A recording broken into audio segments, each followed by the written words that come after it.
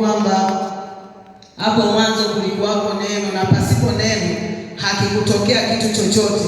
Kumbe neno ndio linaloweza kutupa nguvu lile unalolitamkiwa. Ukitamkiwa neno na mtumishi wa Mungu, kwa wakati huo unaweza ukaona kama vile lile neno linaweza likawa tu ni dogo, lakini kadri unavyolipokea na linavyoleta nguvu katika maisha yako, ndipo unatambua kwamba lile neno lina nguvu kiasi gani. Hakuna kitu chochote kilichoumbwa hapa duniani pasipo neno. Kwa kila kitu kiliumbwa kwa neno. Sisi wana ufunuo tunaishi kwa neno. Tunapotamkiwa tunalipokea lile neno na kisha tunatembea na lile neno.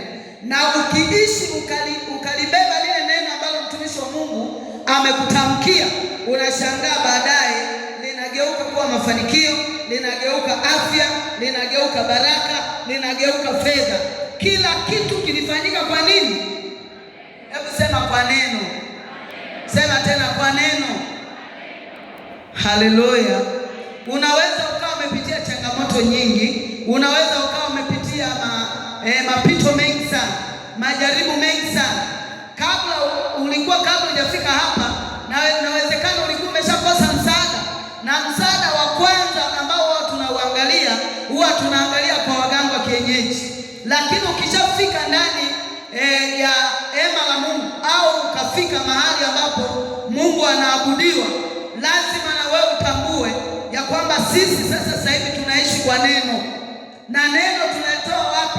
Kwenye kinywa cha watumishi wa Mungu. Sema amen. Haleluya. Lazima ukielewa hilo, lazima ufunguliwe mapema, lazima ubarikiwe mapema, kwa sababu hatumsubirii Mungu ambaye Mungu tayari yuko ndani ya mama yetu Bishop Uvumi, tayari yuko ndani mwake. Mamlaka, baraka na maisha yako yote ukitaka kubarikiwa ziko ndani ya kinywa cha mtumishi wa Mungu. Sisi tunasema amen. Sema